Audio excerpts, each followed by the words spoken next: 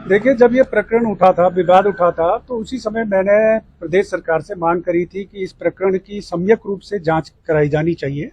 और आपके संज्ञान में होगा कि जो माननीय पर्यटन मंत्री है सतपाल महाराज जी, उनके द्वारा इसके लिए जांच के लिए आदेश जारी किए गए और उस क्रम में गढ़वाल कमिश्नर द्वारा इसकी जांच की गई। और जब गढ़वाल कमिश्नर वहां पर गए थे, जो जैसे कि अभी आरटीआई में आप लोगों के समक्ष सारे दस्तावेज आए हैं सोशल मीडिया के माध्यम से, और उसमें जानकारी मिली है कि जो गढ़वाल कमिश्नर वहां पर गए थे, तो उन्होंने जिस समय सोना लग रहा था उस दौरान जो वहाँ जिलाधिकारी थे उनको साथ लेकर के, और उस समय के जो वहाँ पर तत्कालीन जिलाधिकारी थे उनके साथ में वो वहाँ पर गए और उन्होंने उसकी प्रकरण की विस्तृत जांच करी।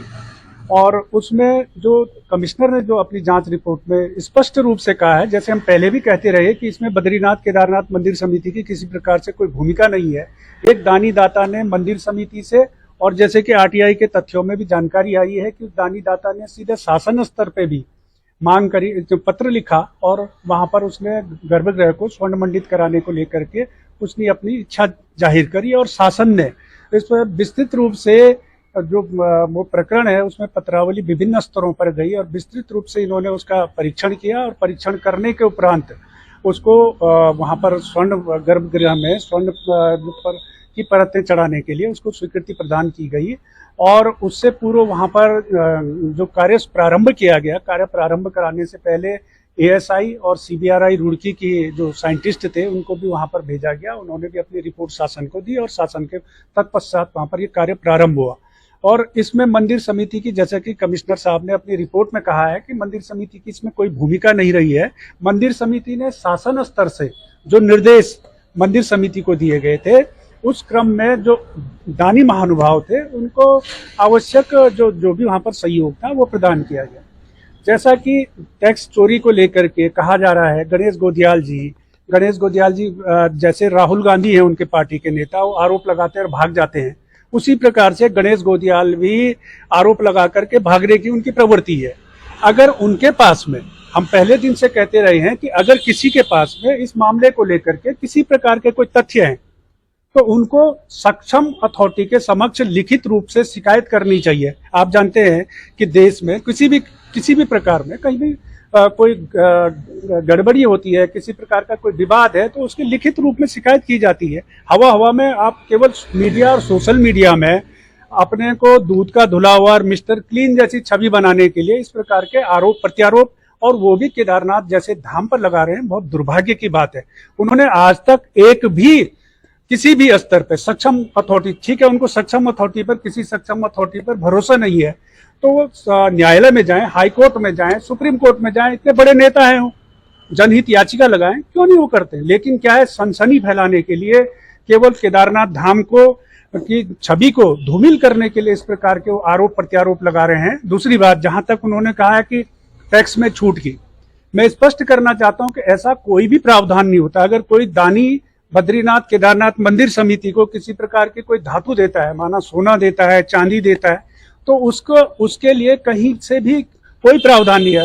गोदियाल जी तो मंदिर समिति के अध्यक्ष भी रहे हैं, उनको पता होगा कि उसके लिए एटीजी का, जो टैक्स में रिबेट पाने के लिए लोग एटीजी का सर्टिफिकेट मांगते हैं, वो देने का प्रावधान नहीं है। केवल एटीजी का जो सर्टिफिकेट होता है वो केवल जो कैश होता है, मुद्रा होती है, रुपये होते हैं। अगर कोई कैश दे रहा है, चेक दे रहा है, या इस प्रकार से कोई अगर डायरेक्ट इस प्रकार की धनराशि अगर मंदिर को दे रहा है, तो उसको एटीजी का सर्टिफिकेट दिया जाता है। बाकी इस प्रकार से कोई किसी प्रकार की धातु, आभूषण इत्यादि चढ़ाते हैं तो उनको एटीजी का कोई सर्टिफिकेट नहीं दिया जाता है। मैं तो कहता हूँ मंदिर जो गोदियाल जी इतने मंदिर समिति को लेकर के इतने आग्रही बने हुए हैं, उनको पहले, अगर उनके अंदर दम है और वो अगर बिल्कुल पाक साफ है, तो उनके अपने कार्यकाल की जांच करानी चाहिए। हमने उनके कार्यकाल को लेकर के कभी कोई टिप्पणी नहीं करी, लेकिन उनके कार्यकाल में किस प्रकार से नियुक्तियां हुई हैं, किस प्रकार से विवादित वो हुई हैं। और पिछले दिनों हम सोशल मीडिया में देख रहे थे कि उनके कार्यकाल को लेकर के एक मंदिर समिति के पूर्व सदस्य ने शासन में शिकायत करी थी, तो शासन द्वारा जांच की गई, जांच में उन पर आरोप सिद्ध हुए हैं।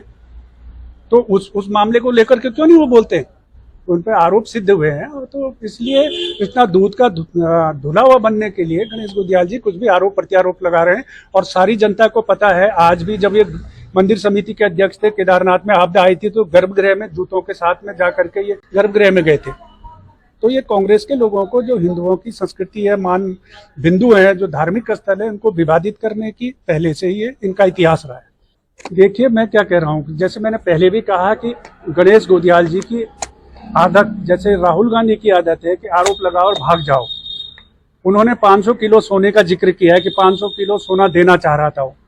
गणेश गोदियाल जी, इतना मूर्ख आप लोगों को समझ रहे हो? 500 किलो सोना कौन देता है? 500 किलो सोना, 500 किलो सोना तो मतलब एक बहुत बड़ी वो होती है, तो मात्रा होती है, उतना सोना कौन दे रहा है? लेकिन आपको जो ये गए, मुझे जो मोटा मोटा जानकारी है कि ये उनके कार्यालय में गए थे, कुछ ये खुद लगवाना चाहते थे, लेकिन उन्होंने मना कर दिया। उन्होंने कहा क्योंकि जो दानी दाता है दिलीप लाखी, आपके संज्ञान में होगा कि उन्होंने देश के कई मंदिरों में सोना लगाया है।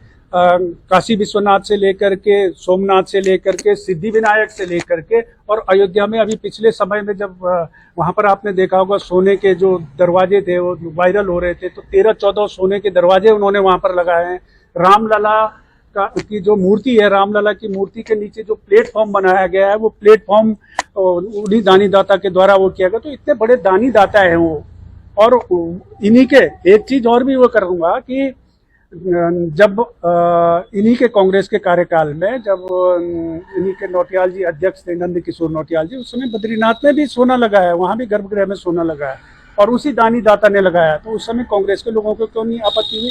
और दूसरी बात, मैं सवाल ये कर रहा हूं कि अगर कोई दानी दाता हमारे तीर्थ स्थानों में, हमारे धार्मिक स्थलों में अगर किसी प्रकार अपनी श्रद्धा के अनुरूप कुछ दान चढ़ावा कर रहा है, तो उसमें इनको आपत्ति क्या है? उसमें हमसे तो कुछ मांग नहीं रहा है ना, वो हमसे तो कुछ ले नहीं रहा है, वो हमसे तो उसने कुछ भी नहीं लिया, 1 रुपया नहीं लिया हमसे, ना उसने टैक्स में छूट के लिए किसी प्रकार की कोई अप्रोच करी है, तो हमसे तो उसने कुछ भी नहीं मांगा। अगर किसी ने कोई दे रहा है।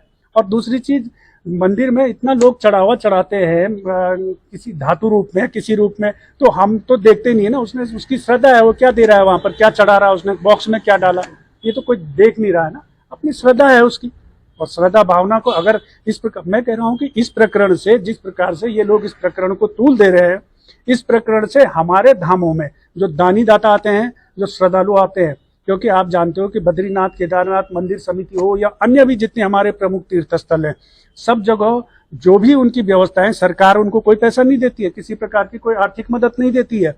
जो कुछ भी अगर वो चलते हैं, मंदिर चलते हैं, हमारे धार्मिक स्थलों के जो भी वहां पर गतिविधियां होती है, जिस प्रकार से उनकी व्यवस्थाएं संचालित होती हैं, वो पूरी तरीके से दानी दाताओं पर निर्भर है। और अगर इस प्रकार का आप आरोप प्रत्यारोप करेंगे, कोई दानी दाता इतनी दूर से आकर के आपके धाम में, आपके मंदिर को सजा रहा है, और आज भी देखिए आप गर्भगृह की स्वर्णिम आभा केदारनाथ धाम की किसको अच्छी नहीं लग रही है? तो लेकिन आप इस प्रकार से लोगों को वो करेंगे, आरोप प्रत्यारोप करेंगे, तो जो दानी दाता है वो हतोत्साहित होंगे, वो हमारे धामों को क्यों आएगा फिर? तो ये बहुत महत्वपूर्ण सवाल है। इसलिए गणेश गोदियाल जी, आपको राजनीति करनी है, आपके पास में तमाम मुद्दे हैं, आप अन्य मुद्दों पर राजनीति करिए, लेकिन मंदिर जैसे, और लिखित में अगर आपके पास कुछ है तो क्यों मीडिया और सोशल मीडिया के माध्यम से वो कर रहे हैं? क्या इतने कमजोर है आप? भीड़ विहीन है कि सक्षम अथॉरिटी के पास जाइए, हाई कोर्ट में जाइए। सक्षम अथॉरिटी, सरकार पर आपको भरोसा नहीं है, आप हाई कोर्ट में जाइए, सुप्रीम कोर्ट में जाइए, वहां पर जनहित याचिका दाखिल करिए। क्या इतने कमजोर हैं आप? रीढ़ विहीन है कि केवल आरोप प्रत्यारोप लगा करके और अपनी सनसनी फैलाना चाहते हो? ये निश्चित रूप से ये जो था, जो घटनाक्रम है, ये घटनाक्रम कुछ सुनियोजित तरीके से, एक सुनियोजित साजिश के तहत में उठाया गया, और उसके पीछे षड्यंत्र था। और समय के साथ में सब चीजें उजागर होंगी, और ईश्वर भी देखता है, ईश्वर के वहां पर अगर इस प्रकार के षड्यंत्र किए जा रहे हैं तो वह है। और हम तो पहले दिन से भी कहते रहे और आज भी कह रहे हैं कि अगर किसी भी व्यक्ति के पास, चाहे गणेश गोदियाल हो या अन्य कोई व्यक्ति हो, अगर किसी के पास कोई लिखित में कोई तथ्य है, किसी प्रकार के तथ्य है, तो जाए ना सक्षम